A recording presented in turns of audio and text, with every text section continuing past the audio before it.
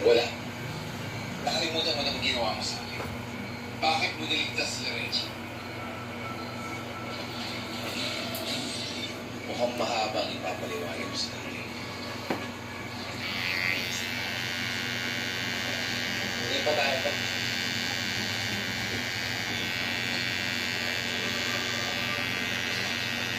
Hindi ka ba? Sabi ko, next.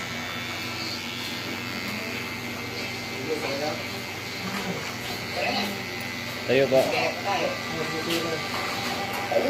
Tayo pa man. Sayo pa. O hindi eh. Eh, ano naman ang gusto sa palpal sa kanya sa mga kapal na kanila. Hindi na sa mga alaga ng televisyon.